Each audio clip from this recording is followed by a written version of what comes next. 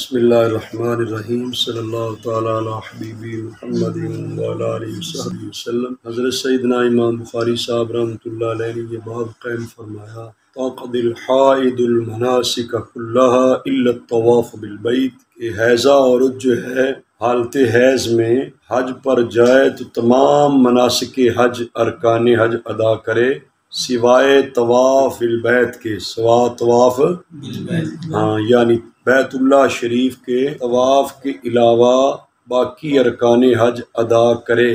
چونکہ بیت اللہ شریف مسجد حرام شریف میں ہے تو مسجد میں حیضہ عورت کے جانے کی اجازت نہیں ہے، اس وجہ سے جب وہ بیت اللہ شریف کے پاس جا ہی نہیں سکتی تو طواف کیسے کرے گی؟ باقی جو ارکان حج ہیں، مینا، مزدلفہ، عرفات شریف، وہاں پر جو ارکان حج کی ادائیگی ہے وہ تو ظاہر میدان ہے، وہاں جا بھی سکتی ہے تو ارکان حج ادا کر بھی سکتی ہے۔ یہ قائم کیا ترجمۃ الباب، اور اسی ترجمۃ الباب میں کچھ اور اقوال بھی لے کر آئے، اقوال رجال، تعلیقات کہتے ہیں نا ان کو، جو معلق روایات سند کے بغیر، سند کے۔ حضرت ابراہیم رضی اللہ تعالیٰ عنہ نے فرمایا لا بأس ان تقرأ الآیہ، کوئی حرج نہیں کہ حیضہ عورت آیت پڑھ لے۔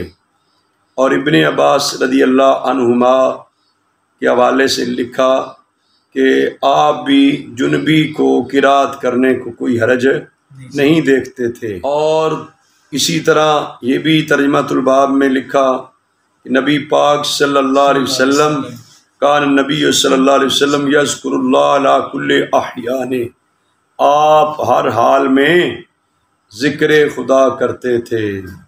ظاہر ہر حالت میں یہ جو جنابت وغیرہ کی حالت ہے یہ بھی آ جاتی ہے۔ اور حضرت ام عطیہ رضی اللہ عنہ فرماتی ہیں ہمیں حکم دیا جاتا تھا کہ ہم حیض والی خواتین کو بھی نکالیں، پس وہ مسلمان مردوں کی تکبیر کے ساتھ یہ بھی عید کی تکبیرات پڑھ لیں، وَيَدْعُونَ، اور یہ خواتین بھی دعا میں شامل ہو جائیں۔ اور اسی طرح ابن عباس رضی اللہ عنہما نے فرمایا کہ حضرت ابو سفیان رضی اللہ تعالی نے مجھے خبر دی کہ ہرقل جو ہے اس نے وہ مکتوب شریف خط مبارک جو نبی پاک صلی اللہ علیہ وسلم نے بھیجا تھا وہ منگوایا، وہ پڑھا، اس کے اندر یہ لکھا ہوا تھا بسم اللہ الرحمن الرحیم وَيَا أَهْلَ الْكِتَابِ تَعَالَوْا إِلَىٰ كَلِمَةٍ سَوَاءٍ بَيْنَنَا وَبَيْنَكُمْ،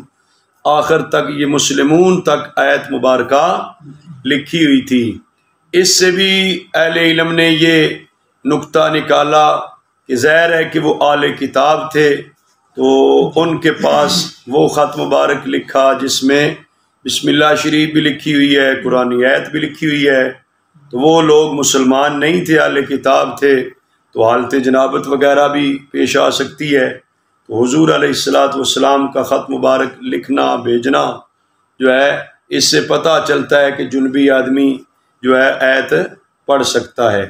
یہ بہرحال ابھی میں اس کو بیان ہی کر رہا ہوں، اس کی وضاحت میں کرتا ہوں۔ آگے حضرت عطا رضی اللہ تعالیٰ، جابر رضی اللہ تعالیٰ عنہ سے یہ لے کر آیا کہ آپ فرماتے حضرت عائشہ صدیقہ رضی اللہ عنہا جب حیض آیا تو آپ نے تمام مناسک حج عطا کیے سوا بیت اللہ شریف کے طواف کے، اور نماز بھی نہیں پڑھتی تھی۔ یہ ایک جو قول آیا ہے یہ ترجمۃ الباب کے ساتھ مناسبت رکھتا ہے، باقی جو ہیں اس کے ساتھ مناسبت نہیں رکھتے۔ حضرت حکم رضی اللہ تعالیٰ عنہ کہتے ہیں کہ بے شک میں البتہ ذبح کرتا اس حال میں کہ میں جنبی ہوتا۔ تو امام بخاری صاحب لکھتے ہیں کہ اللہ عز و جل کا ارشاد گرامی ہے وَلَا تَأْكُلُوا مِمَّا لَمْ يُذْكَرِ اسْمُ اللَّهِ عَلَيْهِ، نہ کھاؤ اس سے جس پر اللہ تعالیٰ کا نام مبارک وقت ذبح نہیں لیا گیا۔ تو ذبح کے وقت نام مبارک بسم اللہ اللہ اکبر پڑھا جاتا ہے تو ذبح ہوتا ہے۔ تو وہ فرما رہے ہیں کہ میں جنبی ہوتا تھا تو ذبح کر لیتا تھا، پتہ چلے کہ وہ اللہ تعالیٰ کا نام مبارک حالت جنابت میں بھی بسم اللہ بھی پڑھ لیتے، اللہ اکبر بھی پڑھ لیتے تھے۔ یہ سارے جو حوالے پیش کیے ہیں امام بخاری صاحب رحمۃ اللہ علیہ، اس سے پتہ چلتا ہے کہ امام بخاری صاحب رحمۃ اللہ علیہ کا اپنا موقف کچھ اس طرح کا ہے کہ آدمی حالت جنابت میں قرآن مجید کی تلاوت کر سکتا ہے۔ سمجھ آ رہی ہے؟ تو اس میں اہل علم کا چونکہ اختلاف ہے، میں موقف بیان کر دیتا ہوں، پھر ان اقوال پر بھی بات کرتے ہیں کہ ان اقوال کا ہمارے ہاں مطلب کیا ہے۔ سمجھ آ گئی ہے؟ تین طرح کے مذاہب ملتے ہیں کہ حیضہ عورت، حیض والی جو عورت ہے وہ، اور جنبی آدمی جس کو جنابت ہے، اس کے متعلق ایک موقف تو یہ ہے کہ مطلقاً قرآن مجید کی تلاوت جائز ہے۔ یہ امام بخاری صاحب رحمۃ اللہ علیہ اور ایک قول کی بنا پہ حضرت امام مالک رضی اللہ تعالیٰ عنہ کا مذہب ہے، جبکہ امام مالک رضی اللہ تعالیٰ عنہ کا دوسرا مذہب یہ ہے کہ حیضہ عورت جو ہے اسے تو قرآن مجید کی تلاوت کی اجازت ہے، جنبی آدمی جو ہے اس کو اجازت نہیں ہے۔ اسی طرح کہتے ہیں امام شافعی رحمہ اللہ کا بھی قول قدیم یہی تھا، مگر جو ہم احناف ہیں، فقہائے احناف، حنفی حضرات اور حنبلی حضرات، ان کے ہاں جو ہے نہ ہی حیضہ عورت کو قرآن مجید کی تلاوت کی اجازت ہے اور نہ ہی جنبی کو قرآن مجید کی تلاوت کی اجازت، اور شفافی حضرات جو ان کا بھی مفتبی قول یہی ہے کہ حالت حیض میں عورت تلاوت نہیں کر سکتی قرآن مجید کی، اور جنبی آدمی بھی تلاوت نہیں کر سکتا۔ ہمارا بھی موقف یہ ہے۔ اب حضرت امام بخاری صاحب رحمۃ اللہ علیہ جو یہ اقوال لے کر آئے، ان سے تو پتہ چلتا ہے کہ حالت حیض میں یا حالت جنابت میں قرآن مجید کی تلاوت بعض بزرگوں کا قول ہے۔ سمجھ آ گئی ہے؟ ان میں سے ہر ایک کا بھی جواب دیا جا سکتا ہے، لیکن ایک بات آپ ذہن نشین کر لیں کہ ہمارے نزدیک چونکہ تلاوت جائز نہیں ہے، اگر کسی بزرگ کا اس طرح کا قول ملتا بھی ہو یا عمل ملتا ہو تو اس کے بارے میں جواب یہ دیا جاتا ہے فقہ حنفی کی طرف سے کہ جو جنبی آدمی نے آیت پڑھی یا حیضہ عورت نے پڑھی ہے نا، وہ آیت بطور دعا، بطور ورد وظیفہ پڑھی ہے، بطور تلاوت قرآن مجید نہیں پڑھی۔ بطور تلاوت قرآن مجید ہے، ہاں یہ فرق کرتے ہیں۔ سمجھ آ رہی ہے؟ تلاوت قرآن مجید کے طور پہ پڑھنا اور ہے، ایک دعا کو بطور وظیفہ پڑھ لینا اور ہے۔ پھر یہ جو اقوال ہے ان میں سے دیکھا جائے تو، اور دوسری بات یہ بھی ہے، اگر جنبی آدمی ہے حالت جنابت میں یا حیضہ عورت ہے نا، وہ پوری آیت کی تلاوت نہیں کر سکتی، آیت کا کچھ حصہ اگر تلاوت کر لے تو وہ فقہ حنفی میں بھی جائز ہوتا ہے۔ سمجھ آ رہی ہے؟ پوری آیت کی تلاوت اس کے لیے جائز ہے۔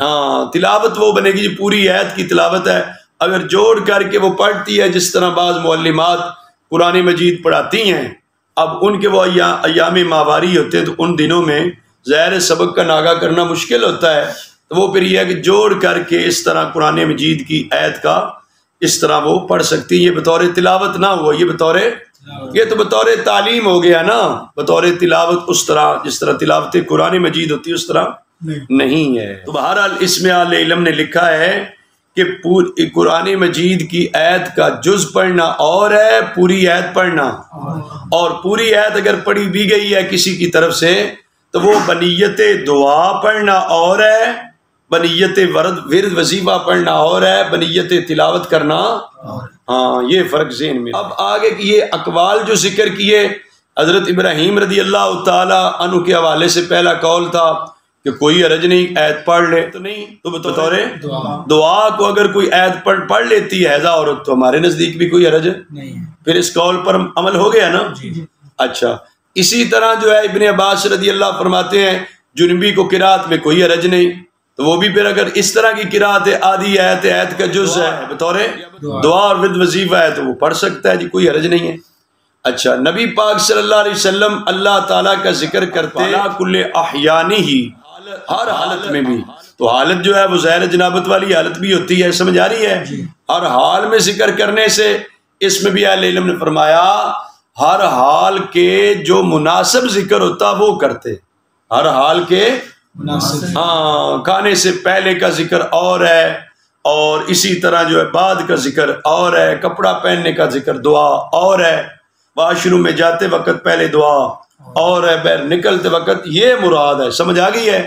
اگر یہ مراد لے لی جائے کہ ہر حال کے مناسب حضور علیہ السلام ذکر خدا کرتے، پھر یہ تو مراد ہم بھی لیتے ہیں نا یہ مطلب تو واضح ہے۔ اچھا، اسی طرح یہ حضرت ام عطیہ رضی اللہ عنہ فرماتی ہیں کہ ہمیں حکم دیا جاتا کہ ہم حیض والی خواتین کو بھی جو حکم کرتی وہ نکلتی بھی تھی، وہ تکبیرات بھی پڑھتی تھی، دعا بھی کرتی تھی۔ تکبیر پڑھ سکتی ہے نہیں پڑھ سکتی؟ تکبیر پڑھ سکتی ہے، تلاوت نہیں نہ کر سکتی، تکبیر پڑھ سکتی ہے، تو دعا مانگ سکتی ہے۔ لہذا جو خواتین ہیں ان کو چاہیے بھی کہ ان ایام کے دوران وضو کر کے ذکر فکر دعا ورد وظیفہ پڑھتی رہا کریں۔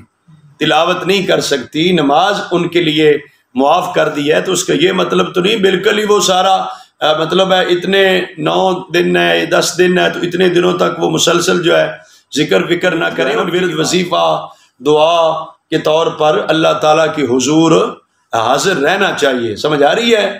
صرف نماز معاف ہے نا، باقی یہ تو نہیں نا وہ کچھ بھی نہ کریں، ان کو چاہیے کہ یہ ذکر فکر دعا میں مصروف رہا کریں۔ تو یہ عید کے لیے جاتی تھی خواتین، صحابہ کرام کے نبی پاک صلی اللہ علیہ وسلم کے عہد مبارک میں، تو عیدگاہ کے سائڈ پہ بیٹھ کے ظاہر نماز نہیں پڑھتی تھی، دعا میں تو شامل ہو جاتی، حضور علیہ السلام دعا میں شامل ہو کر تھی، اللہ تعالیٰ کا ذکر فکر کر سکتی تھی۔ اور ابن عباس رضی اللہ عنہ نے جو فرمایا کہ حضرت ابو سفیان رضی اللہ تعالیٰ فرماتے ہیں، یہ حدیث ہرقل ہے نا جو پیچھے آپ پڑھ چکے ہیں، جو مکتوب مبارک حضور علیہ السلام نے بھیجا، تو اس میں یہ ہے کہ جی دیکھو جی اس مکتوب شریف میں حضور علیہ السلام نے بسم اللہ شریف بھی قرآنی آیت بھی لکھوائی، جس کو بھیجا وہ جناب آگے کافر ہے تو جنبی ہے، یہ آگے مراد لی گئی نا، جبکہ اہل کتاب تھا، کافر بھی نہیں تھا، وہ کیا تھے؟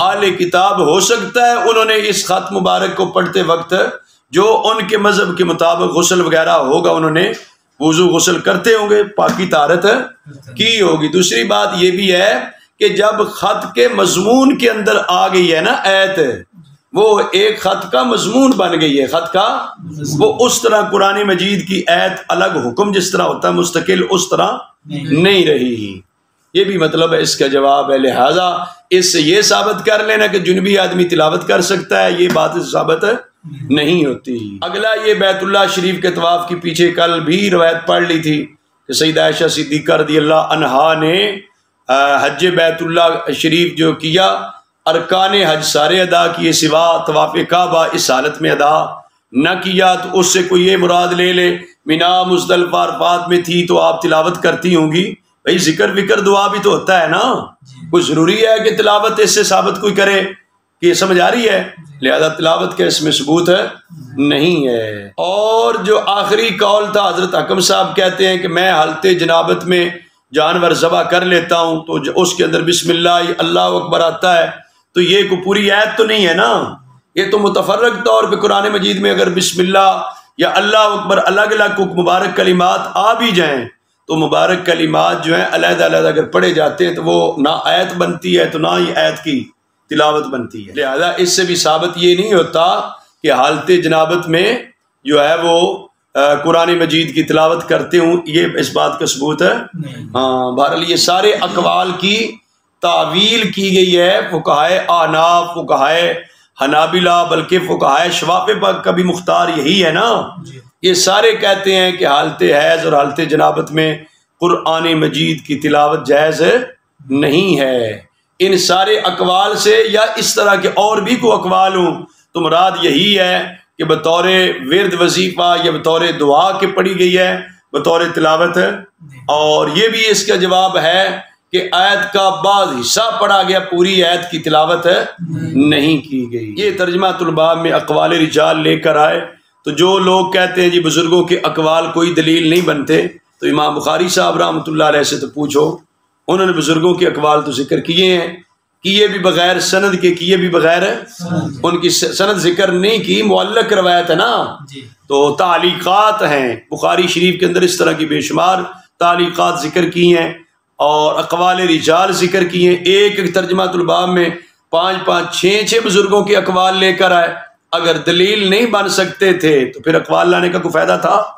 پتہ چلا کہ امام بخاری رحمۃ اللہ علیہ کے ہاں صرف حدیث پاک کی دلیل نہیں بنتی، صحابہ اکرام، تابعین، بزرگان دین کے اقوال جو ہوتے ہیں وہ بھی دلیل بنتے ہیں۔ اس ترجمہ الباب کے تحت جو حدیث شریف لے کر آئے، یہ پچھلے سبق میں آپ پڑھ چکے ہیں، حضرت ام المؤمنین سیدہ عائشہ صدیقہ رضی اللہ عنہا وہ اپنے حج کا واقعی بیان کرتی ہیں، فرماتی ہیں ہم رسول اللہ صلی اللہ علیہ وسلم کے ساتھ گئے جو ہے لا نذکر الا الحج، ہمار کس لیے گئے تھے؟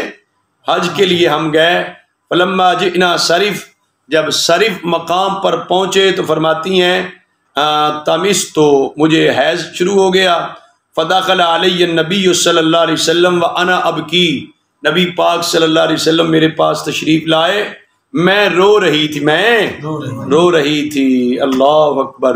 آپ کو بتایا نا کہ عبادت کے بندے کو نقص آ جائے، عبادت اور بندگی کرنے میں کوئی کمی رہ جائے یا کوئی نیک کاموں میں بندہ لیٹ ہو جائے تو اس کو کیا کرنا چاہیے؟ افسوس کرنا چاہیے۔ سمجھ آ رہی ہے؟ طلباء کرام کو بھی ناغہ ہو جائے کسی وجہ سے اور کلاس میں تاخیر ہو گئی تو افسوس ہونا چاہیے، کاش میں بر وقت پہنچتا، میری غیر حاضری نہ ہوتی، رخصت نہ بنتی۔ میں الحمدللہ اللہ تعالیٰ کا شکر ادا کرتا ہوں کہ دوران طالب علمی کوئی اس طرح کا واقعہ پیش نہیں ہوا۔ فیملی میں، گھر میں ہوتا ہے نا، کسی کو کوئی صدمہ پہنچتا ہے، اس وجہ سے ناغہ ہو جاتا ہے، کلاس مس ہوتی ہے، تعلیم کا حرج ہوتا ہے، یا کوئی ایسا واقعہ ہوتا ہے جس کی وجہ سے بندے کو چھوڑنا پڑتا ہے، تعلیم ادھوری رہ جاتی ہے یا چھٹیاں کرنی پڑتی ہیں۔ الحمدللہ اللہ تعالیٰ نے مجھے اس سے بچایا ہے، کوئی ایسا سانحہ پیش نہیں ہوا، حادثہ پیش نہیں ہوا دوران طالب علمی، حتیٰ کہ بعد میں درس نظامی کے بعد یونیورسٹی کی تعلیم کے دوران بھی الحمدللہ کوئی ایسا واقعہ پیش نہیں ہوا۔ تو یہ میں اللہ تعالیٰ کا خاص فضل سمجھتا ہوں کہ آسانی کے ساتھ اس طرح ریگولر باقاعدہ جو ہے تعلیم حاصل کرنے کا موقع مل گیا، ورنہ بہت سارے ایسے لوگ ہوتے ہیں جن کو حوادثات زمانہ جو ہیں وہ پریشان کرتے ہیں، ان کی باقاعدگی نہیں رہتی، تعلیم کے حصول میں ناغے ہو جاتے ہیں۔ تو مجھے الحمدللہ کوئی اس طرح کی نہ کوئی بڑی بیماری کو ایسی آئی، نہ ہی کوئی فوتیدگی، کوئی سانحہ، کوئی حادثہ، کوئی ایسی چیز نہیں آئی تھی الحمدللہ۔ تو یہ اللہ تعالیٰ کی مہربانی سے ہوتا ہے۔ تو میں یہ حدیث بیان کر رہا تھا کہ اگر کسی کو کوئی مسئلہ بنے جس سے کوئی عبادت اور بندگی میں، دین کے کام میں فرق ہو رہا ہو تو اسے اس پر افسوس ہونا چاہیے، اس پر افسوس ہونا چاہیے۔ یہ حضرت اما عائشہ صدیقہ رضی اللہ عنہ کے عمل مبارک سے میں بیان کر رہا ہوں کہ آپ کو جب حج پر گئیں اور حیض شروع ہو گیا، آپ رو رہی تھی، آپ کہ باقی لوگ حج کر لیں گے، میرا حج مس ہو جائے گا، رو رہی تھی۔ تو حضور علیہ السلام تشریف لائے، آپ نے پوچھا ما یبکی، کہ کس وجہ سے رو رہی ہو؟ تو انہوں نے عرض کی لوددت واللہ انی لم احج العام، آقا حضور لگتا ہے، اللہ کی قسم واللہ لگتا ہے کہ میرا حج نہیں ہو سکے گا، میرا حج جب یہ جملہ بولا نا میں حج سے محروم نہ ہو جاؤں، لگتا ایسے ہے۔ تو حضور علیہ السلام نے فرمایا لعلک نفست، شاید کہ آپ کو حیض آ گیا ہے۔ حضور نے پوچھا شاید آپ کو، تو فرماتی ہیں قلت نعم، میں نے عرض کیا جی ہاں۔ تو نبی پاک صلی اللہ علیہ وسلم نے حوصلہ دیا۔ اس سے پتہ چلتا ہے نا کہ اگر کسی کو مسئلہ بنے تو اس کے شیخ کو، استاذ کو، اس کو حوصلہ بھی دینا چاہیے۔ فرمایا حضور علیہ السلام نے فَإِنَّ ذَلِكَ شَيْءٌ كَتَبَهُ اللَّهُ عَلَى بِنَاتِ آدم، فرمایا یہ تو وہ معاملہ ہے جو بنات آدم پہ مقرر ہے۔ یہ خواتین کو، بنات آدم جو آدم علیہ السلام سے چلتا آ رہا ہے، خواتین کو حیض تو آتا ہے، سمجھ آ رہی ہے؟ یہ کوئی نیا کام تو نہیں ہے نا، یہ تو پہلے سے چلتا رہی ہے، کہ تسلی دینے کا جملہ ہے نا، تسلی دینے کا جملہ تھا جو حضور نے فرمایا۔ اور اس سے پتہ بھی چلتا ہے کہ یہ پھر کچھ اہل علم کہتے تھے کہ بنی اسرائیل کی خواتین پر یہ صرف حیض شروع ہوا، اس سے پہلے نہیں تھا۔ اس جملہ مبارکہ جو حدیث پاک ہے اس سے پتہ چلتا ہے کہ پہلے بھی خواتین کو حیض آتا تھا۔ بہرحال حضور علیہ السلام نے یہ تسلی کا جملہ بول کر فرمایا فَفْعَلِي مَا يَفْعَلُ الْحَاجِ غَيْرَ أَلَّا تَطُوفِي بِالْبَيْتِ حَتَّى تَطْهُرِي، فرمایا اے عائشہ، آپ جس طرح باقی حجاج کرام دوران حج ارکان حج ادا کریں تو آپ بھی کر لینا، آپ بھی صرف اتنا ہے جب تک پاک نہ ہو لے، جب تک یہ حیض ختم نہ ہو لے اس وقت تک بیت اللہ شریف کا طواف نہیں کر سکتی، باقی ارکان حج کر سکتی۔ باقی ارکان حج وہ میں نے پہلے آپ کو بتایا کہ باقی ارکان حج تو مسجد شریف سے باہر ہوتے ہیں، مسجد سے باہر جو میدان میں جانا ہے، دعائیں مانگنی ہے، تلبیہ پڑھنا ہے، اللہ کے حضور گر گڑا کے دعائیں کرنی ہیں، وہ تو باقی شیطان کو کنکریاں مارنی ہیں، وقوف عرفہ عرفات شریف میں ٹھہرنا ہے، وہ سارے کام تو کر سکتی ہیں.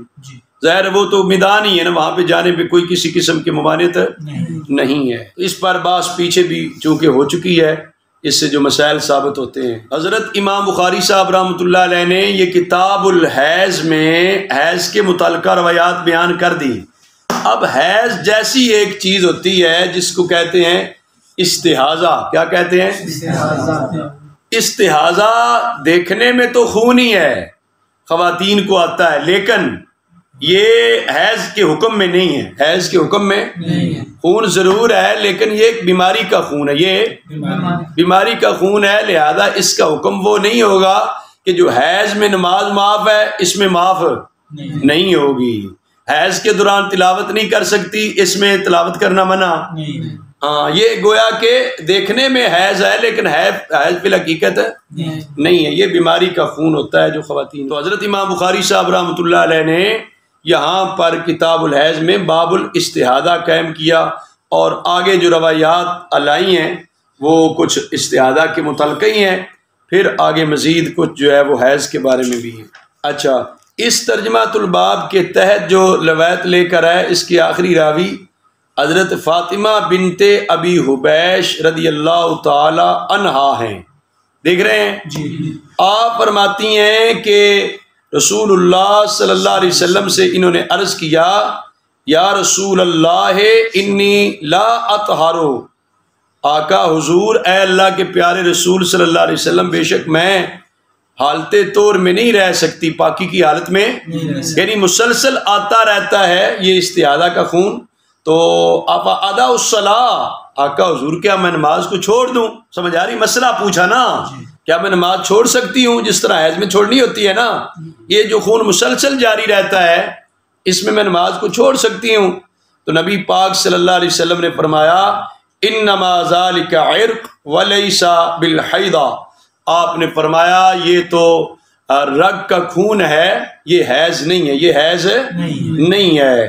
فَإِذَا أَقْبَلَتِ الْحَيْضَةُ فَاتْرُكِ الصَّلَاةَ. جب حیض شروع ہو جائے، یہ خون تو جاری رہتا ہے نا پورا مہینہ ہی، لیکن حیض کے جب ایام ہیں، حیض کا خون شروع ہو جائے تو نماز چھوڑ دیں.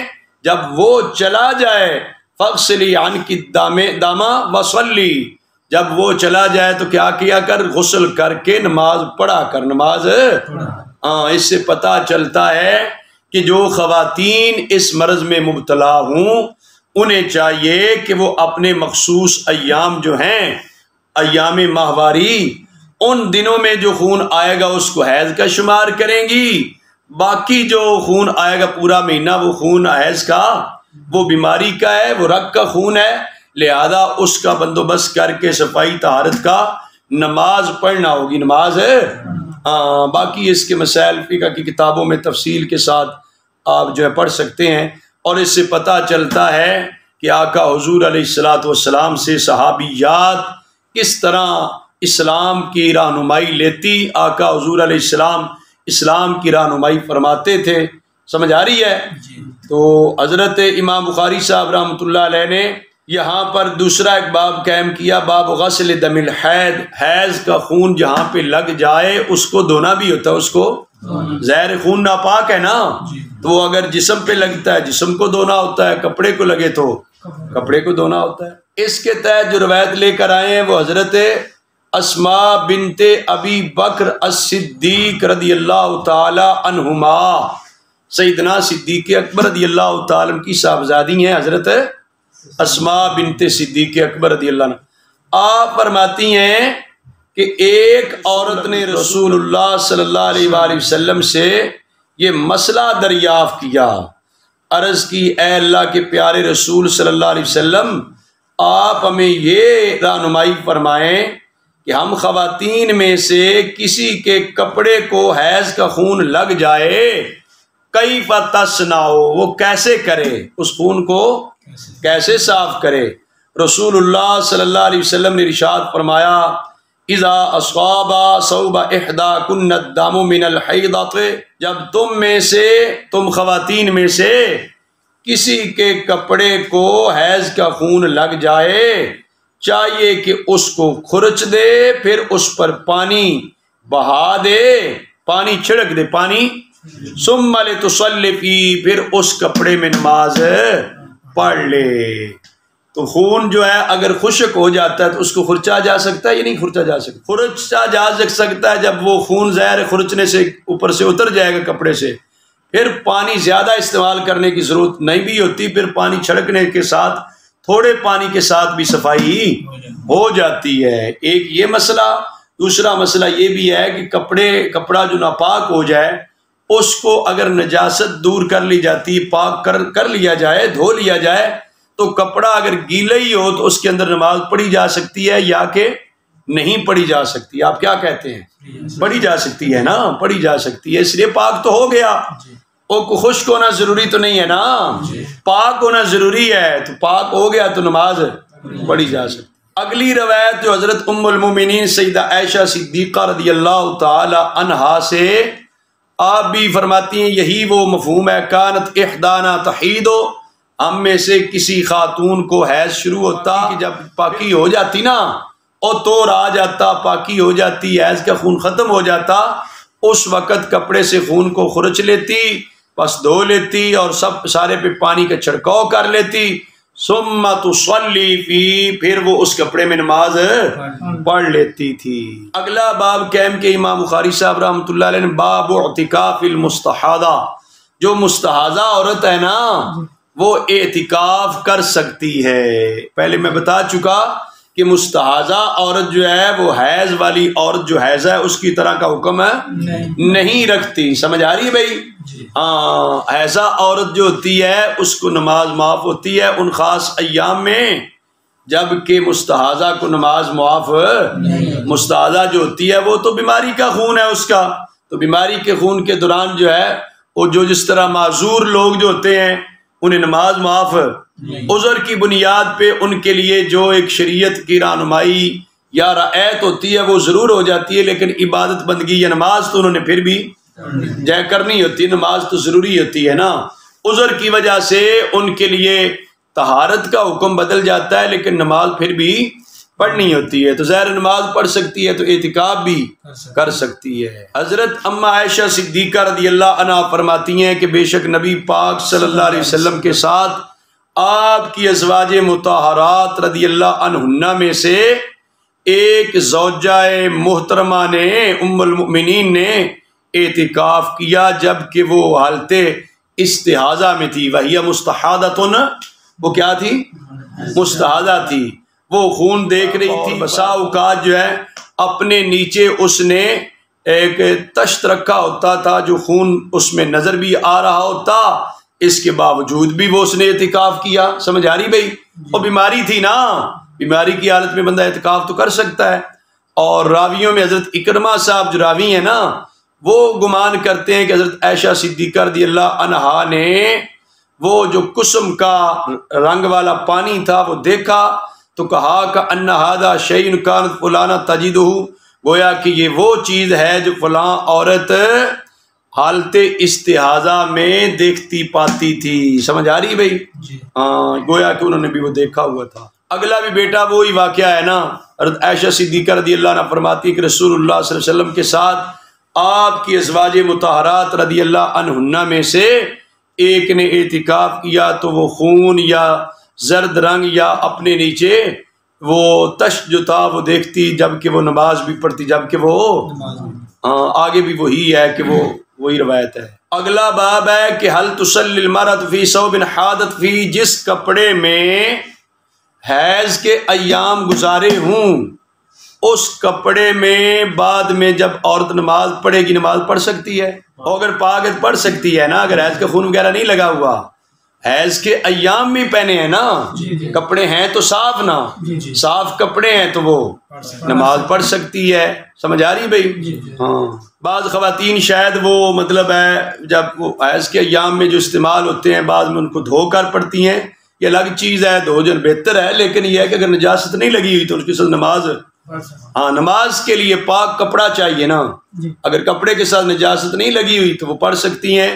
یہ نہیں ہے کہ حیض کے ایام میں پہنے ہیں تو لہذا اب جناب ظاہر جسم پر تو کوئی ایسی نجاست نہیں نا لگی ہوئی، وہ حکمی طور پہ اس کو ہم کہتے ہیں نا ناپاکی، حیض کے دنوں کی جو ناپاکی ہوتی ہے وہ تو حکمی طور پہ ہے۔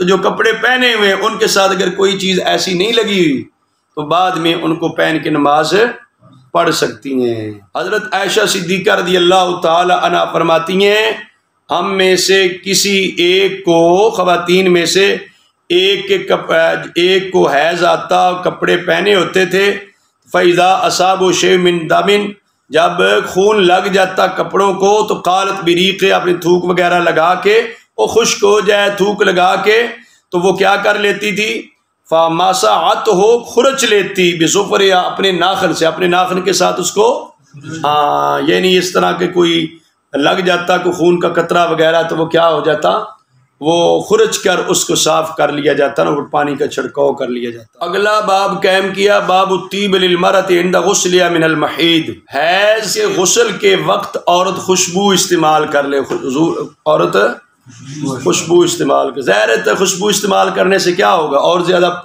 نفاست ہی ہے نا، طہارت ہی ہے، ورنہ غسل کر لینے سے پاکی تو ہو جاتی ہے نا، پاکی ہو جاتی ہے، لیکن وہ خوشبو استعمال کرنے سے گویا کہ اور زیادہ طہارت اور پاکیزگی ہو جاتی ہے۔ اور اس کے تحت جو حدیث پاک لے کر حضرت ام عطیہ رضی اللہ عنہ فرماتی ہیں کہ ہمیں منع کیا جاتا تھا کہ عورت پر 3 دن سے زائد سوگ نہ منائیں مگر اپنے شوہر پر 4 مہینے 10 دن، اپنے شوہر پر شوہر فوت ہو جاتا تو 4 مہینے 10 دن تک عورت حالت سوگ میں رہتی ہے، رہ سکتی ہے، سمجھ آ رہی بھائی، حالت سوگ کرنا چاہیے انہیں، ٹھیک ہے۔ اور باقی جو ہے نا اس کے علاوہ اگر کوئی فوت ہو جاتا ہے تو میت پر 3 دن تو سوگ ہوتا ہے، 3 دن سے زیادہ سوگ، تو آپ فرماتی ہمیں منع کیا جاتا تھا کہ 3 دن سے زیادہ سوگ نہ کیا کریں، صرف یہ ہے کہ شوہر اپنا فوت ہو جائے جس عورت کا، اس کے لیے قرآن مجید میں بھی کیا آتا ہے 4 مہینے 10 دن تک سو کر سکتے۔ اور ہمیں یہ بھی ہوتا تھا حکم کہ ہم سرما نہ لگائیں، ظاہر سوگ کی حالت میں سرما نہ لگائیں، خوشبو نہ لگائیں، رنگا ہوا کپڑا نہ پہنیں، مگر عصب والا کپڑا جو ہے نا، یہ یمنی چادر ہوتی، یہ ہم مطلب پہن لیں، باقی رنگا ہوا کپڑا نہ پہنیں۔ اور ہمیں رخصت یہ دے دی گئی طہر کے وقت، پاکی کے وقت، جب ہم میں سے کوئی خاتون جو ہے حیض سے غسل کر لیتی تو اپنے کست اظفار سے کچھ لے کے نا، وہ ایک ڈبیا ہے جس میں خوشبو رکھی ہوتی ہے خواتین نے، وہ ایک خوشبو لے لیتی تھی۔ وہ خوشبو یہ تھا نا کہ غسل حیض کا کرنے کے بعد یا وقت خوشبو کا استعمال کرنا، خوشبو استعمال کر لیتی۔ اور یہ بھی فرماتی ہمیں منع کیا جاتا تھا خواتین کو کہ ہم جنازوں کے پیچھے جائیں، اس بات سے بھی ہمیں منع کیا جاتا تھا۔ اس کے اندر 2-3 مسائل ذکر ہو گئے نا۔ اور اسی طرح جو اگلا باب ہے وہ بھی اس سے ملتا جلتا ہے، باب دلک المرأۃ نفسہا اذا تطہرت من المحیض، عورت کیا کرے بھائی جب حیض سے پاک ہو تو خوشبو لگا لے، مل لینا اپنے آپ کو۔ اور کیسے غسل کرے، اور روئی جو کہ جس میں خوشبو بسائی ہوئی ہے وہ لے لے، جہاں پہ خون ہوتا ہے لگا ہوتا ہے اس جگہ پر جو ہے اس روئی کو لگا دے تاکہ خون کی وجہ سے جو کچھ بدبو رہ سکتی ہے وہ بھی ختم ہو جائے۔ حضرت ام المؤمنین سیدہ عائشہ صدیقہ رضی اللہ عنہ فرماتی ہیں کہ ایک عورت نے نبی پاک صلی اللہ علیہ وسلم سے غسل حیض کے متعلق مسئلہ پوچھا تو آقا حضور علیہ الصلوۃ والسلام نے حکم ارشاد فرمایا کہ وہ کس طرح غسل کر لے، تو فرمایا حضور علیہ السلام نے کہ کستوری والی جو ہوتی ہے نا مشک، وہ روئی لے لے اور اس کے ساتھ پاکی اور صفائی حاصل کر لیں۔ تو انہوں نے آگے عرض کیا، خاتون جو تھی، کیا میں اس سے پاکی حاصل کروں؟ آپ نے فرمایا ہاں اس سے پاکی حاصل کریں۔ تو حضرت پھر اس نے پوچھا جی کیسے؟ راوی کہتے ہیں آنا حضور نے فرمایا سبحان اللہ تطہری، پاکی حاصل کر لے۔ تعجب کے لیے پڑھا سبحان اللہ، فرمایا تطہری، پاکی حاصل کر۔ اور عائشہ صدیقہ فرماتی جب اس خاتون کو سمجھ نہیں آ رہی تھی حضور کی، فرماتی ہیں فَجْتَذَبْتُهَا إِلَيَّ، میں نے اسے اپنی طرف کھینچ لیا، میں نے اس کو پھر طریقہ بتا دیا، تتبعی بیا اثر الدم، کہ جہاں پہ خون لگتا ہے اس کے اثر کو زائل کرنے کے لیے اس غسل کرتے وقت بعد میں یہ روئی وغیرہ لگا کے اثر زائل کر دینا، خون کا اثر زائل کر دینا۔ اس سے یہ بھی پتہ چلتا ہے بیٹا جو خواتین کے متعلقہ مسائل ہیں جب وہ بیان کیے جائیں تو اس وقت کنایہ وغیرہ کے ساتھ الفاظ کا استعمال کیا جائے، واشگاف الفاظ میں وہ الفاظ استعمال نہ کیے جائے۔ حضور علیہ السلام اس انداز میں فرماتے تھے نا، آپ پاکی حاصل کر لیں، پاکی حاصل کر لیں، تو اس کو سمجھ نہیں آ رہی تھی نا کیسے پاکی حاصل کروں، تو سیدہ عائشہ صدیقہ نے انہیں اپنی طرف کھینچ کے سمجھا دیا۔ بات آگی سمجھ؟